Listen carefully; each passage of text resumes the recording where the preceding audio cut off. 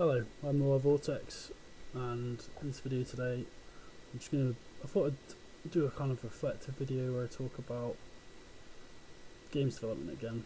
So, you'll have seen, if you watch my channel, I did a video a while ago saying I am a games developer, which is more kind of asserting my desire and will to be a games developer. So I thought I'd just do like a catch-up video about that, and I've been doing games development more or less for a few years, but trying to do it more seriously on top of the web development work at the minute. So I just thought I'd talk a bit about that, how I found that experience, positive and negatives of that experience, and I guess generally try and offer whatever advice I can at this point. And I'm still kind of an indie game developer, so with that in mind. Yeah, so just relay my experience. I found it's as to be expected, really. It's no big surprise that it is quite a struggle to mostly in terms of money, in terms of supporting oneself when one is pursuing your own games projects. So I've been working on one main one which is called Jinni, and then some other Unreal Engine experiments, and those have been the two primary games that I've been working on since I decided to take it more seriously or put more time into it. Jinni's progressed well. It's been a lot of late nights, a lot of coffee sessions, and late at night, which is to be expected. Obviously, when you don't go into making a game expecting it's going to be easy, but nearing the finishing point of that now, so that's kind of been rewarding in terms of actually getting that stuff done, and getting that work done, and learning a lot more about how to really use the engine that I'm using as well for that one, which is Game Guru. Jinni is kind of my planned entry level game, which I'm going to put out there as a kind of more of a finished article, compacted game, as opposed to like a mini game like I've done in the past. I participated in a game jam, which was really useful, and I'd recommend that highly for everyone. So I participated in Ludum Dare, a game called Shroom Hunter, which I did in a rapid dev sense over the course of 2 days, and that was pretty rapid development, and it which also helped with the game I'm working on now, because it's using the same engine.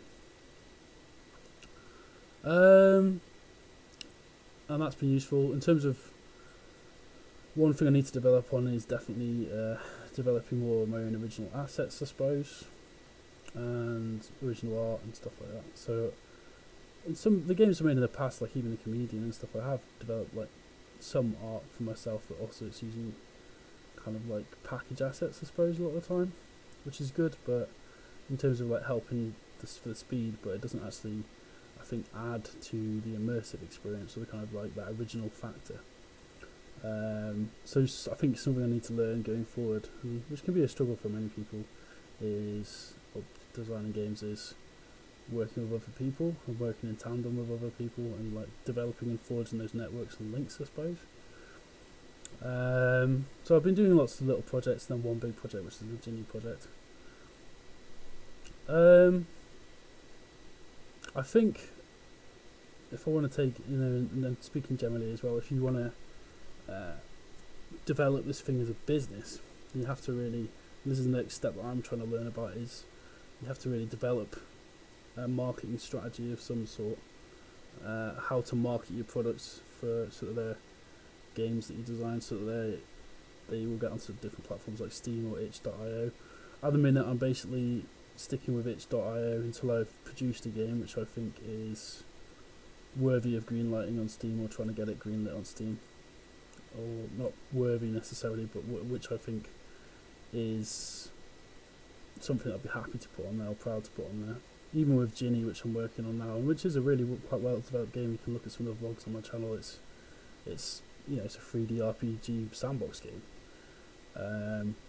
but at the same time, I don't want to preemptively try and get a game on Steam when I don't think my level of game design sheen, if you will, is up to that current standard, where it's going to be very publicly viewable. And well, I mean, obviously, contradicting myself there. Obviously, with the Jinni game that I'm launching soon, I want it to be publicly viewable. I want people to get to see it. I want people to play it. I want people to experience it.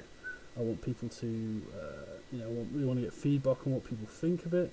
It's been a lot of work. I've put hours and hours and hours, a lot of evenings in, and developed what I think is quite an immersive world. But at the same time, I don't want to be going out there like before I've really put the time in and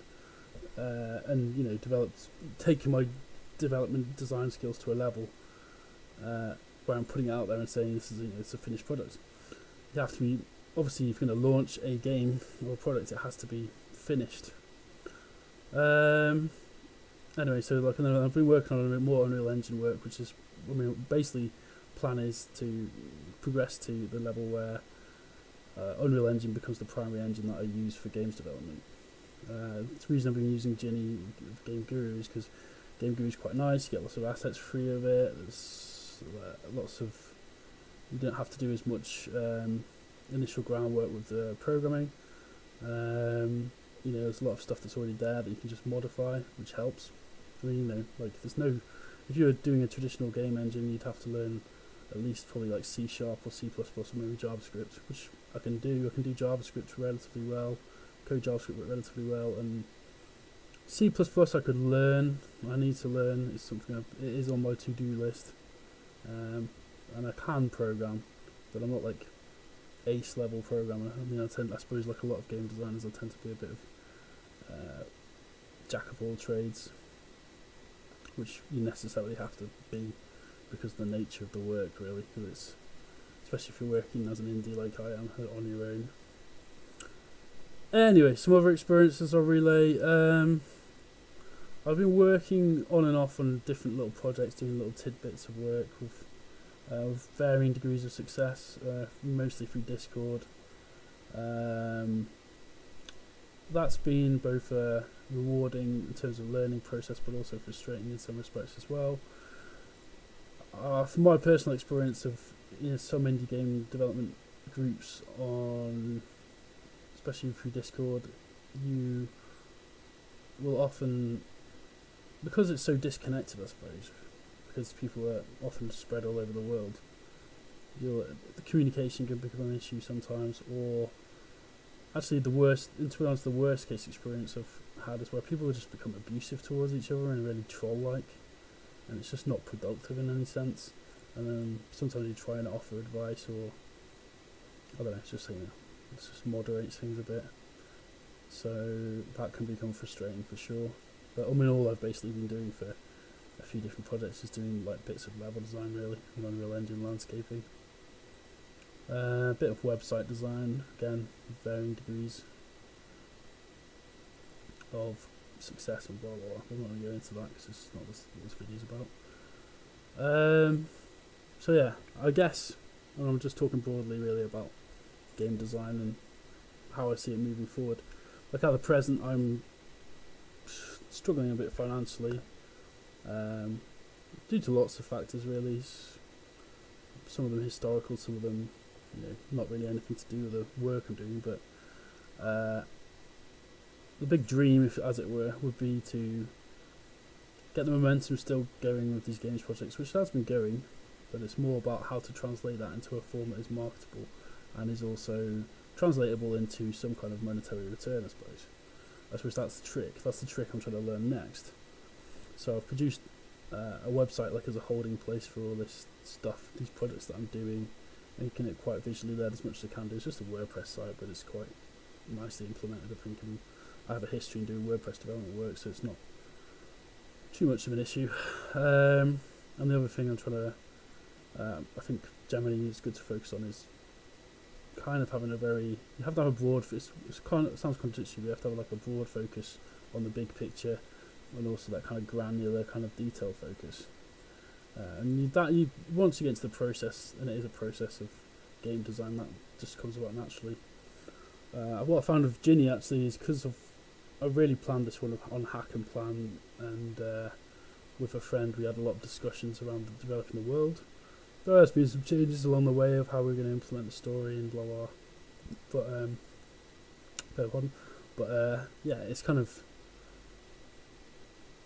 come together quite nicely. So anyway, I'm just going to just so this video isn't just me talking for 10 minutes or whatever it's been now, I'll show a bit of the game Jinni and then I will shush and I will end this video. But yeah, if you have any thoughts on your own experiences of being an indie game developer or anything to relay in that regard, then that would be interesting to listen to. Like I said, I'm quite new to doing this more seriously, or kind of like more full time.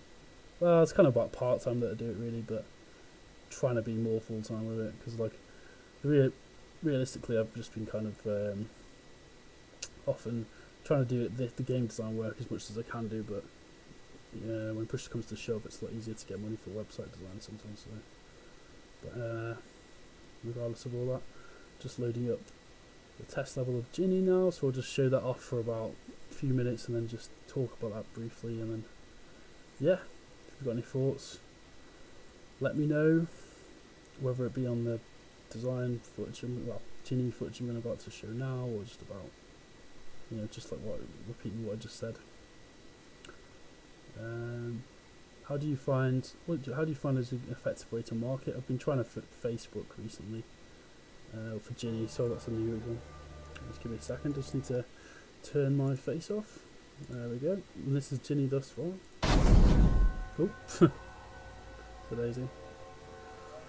Okay, let's just explore this world a bit. So this has been like basically a year of development in this game.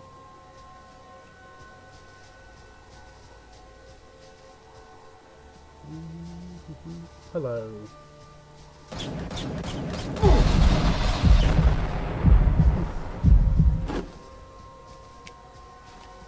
And it's pretty nice now, it's like a sandbox game. And yeah, it's your kind of traditional RPG, I guess. Some still things to fix still, but it's, yeah. I'll do one quest, then I'll get.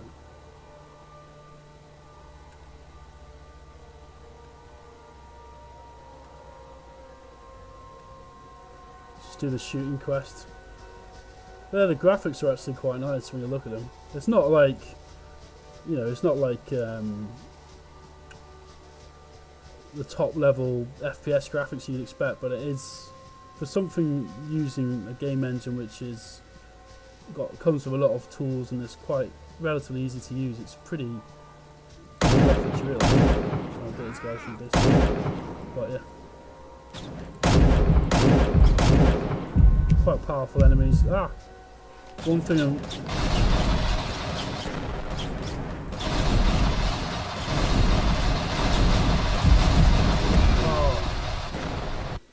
killed me. So that's used up my first life.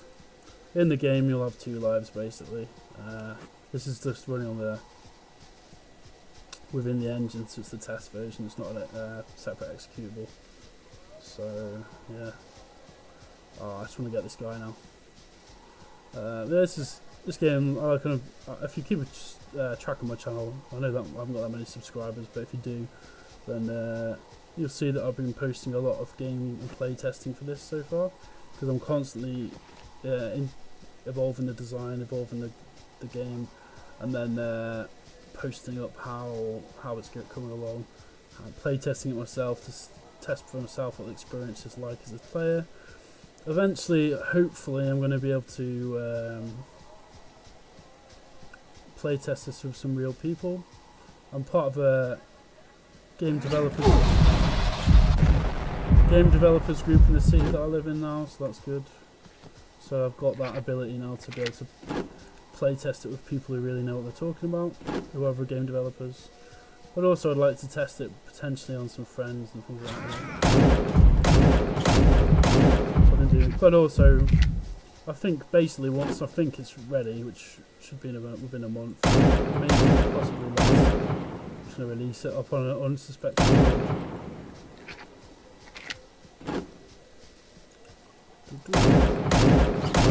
There we go.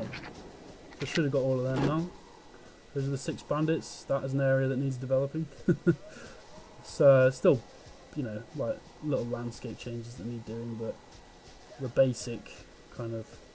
And this map's actually quite big. It's the maximum size for a Game Guru map, so that gives you an idea of how the kind of scale of the thing.